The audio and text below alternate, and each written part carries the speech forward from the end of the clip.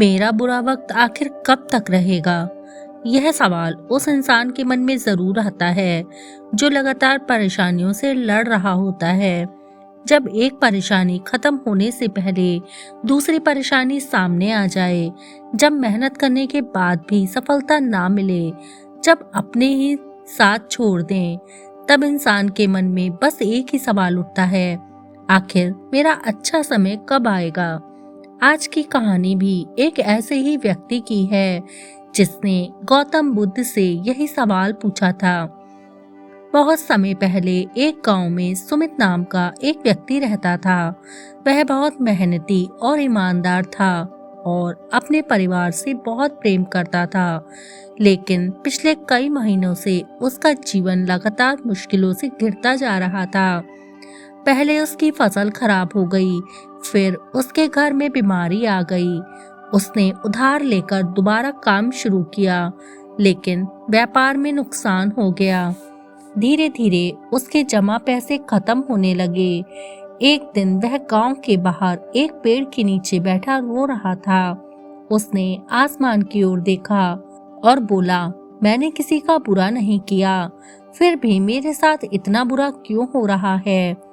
उसी समय उसे पता चला कि पास के जंगल में गौतम बुद्ध अपने शिष्यों के साथ ठहरे हुए हैं। वह तुरंत बुद्ध के पास पहुंचा। वह बुद्ध के सामने जाकर बैठ गया और बोला, भगवान, मैं बहुत थक चुका हूँ। मुझे बस इतना बता दीजिए, मेरा बुरा वक्त आखिर कब खत्म होगा? बुद्ध ने उसकी ओर शांत भाव से देखा। उन्होंने उसे तुरंत कोई उत्तर नहीं दिया। पास रखे एक पात्र में थोड़ा गंदा पानी था। बुद्ध ने वह पात्र उठाया और सुमित से कहा, इसे नदी में ले जाओ और इसमें साफ पानी भरकर ले आओ। सुमित नदी के पास गया, लेकिन नदी में उस समय बहुत तेज बहाव था। वह पात्र में पानी भरता तो मिट्टी भी उसमें आ जाती। कई बार कोशिश करने के बाद भी पानी साफ नहीं हुआ। वह परेशान होकर बुद्ध के पास आया और बोला, भगवान, नदी का पानी गंदा है, मैं साफ पानी नहीं ला सकता।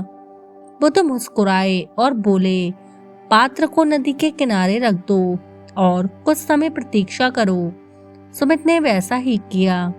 कुछ समय बाद नदी का बहाव थोड़ा शांत हुआ। पानी में मिली मिट्टी धीरे धीरे नीचे बैठ गई।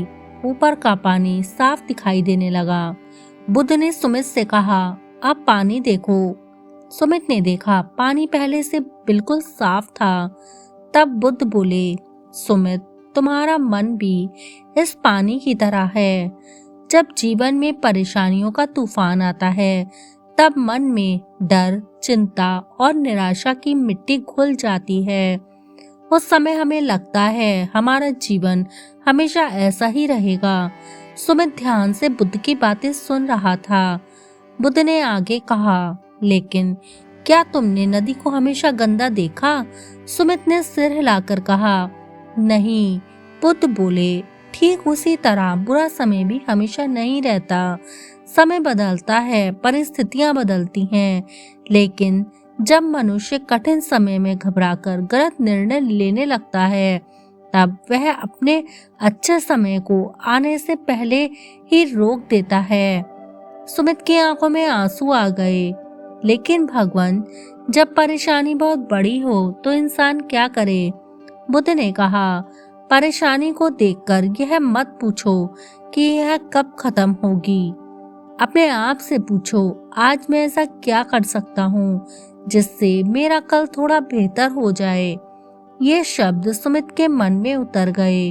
बुद्ध ने उसे समझाया, बुरा वक्त तुम्हारी पूरी जिंदगी नहीं है, वह केवल तुम्हारी जिंदगी का एक अध्याय है।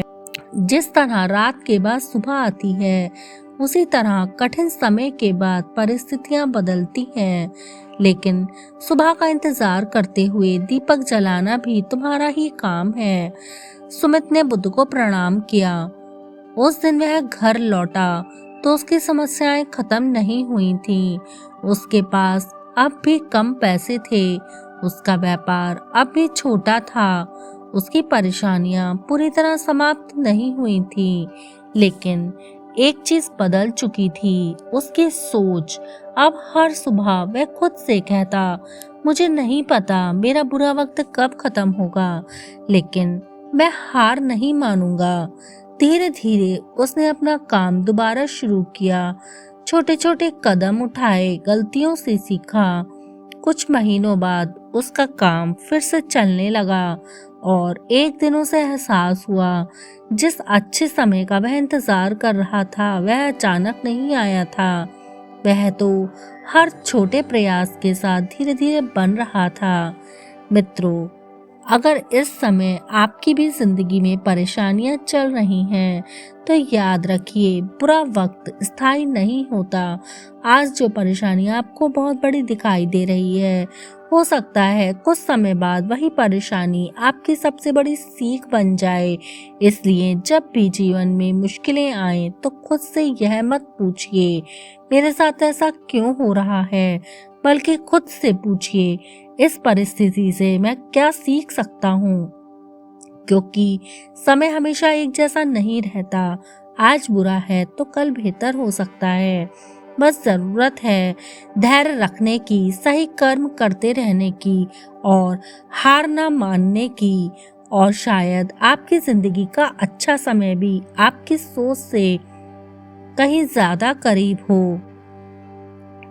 मित्रों, अगर आपको गौतम बुद्ध की ऐसी ही प्रेरक कहानियां पसंद आती हैं, तो वीडियो को लाइक करें और चैनल को सब्सक्राइब जरूर करें।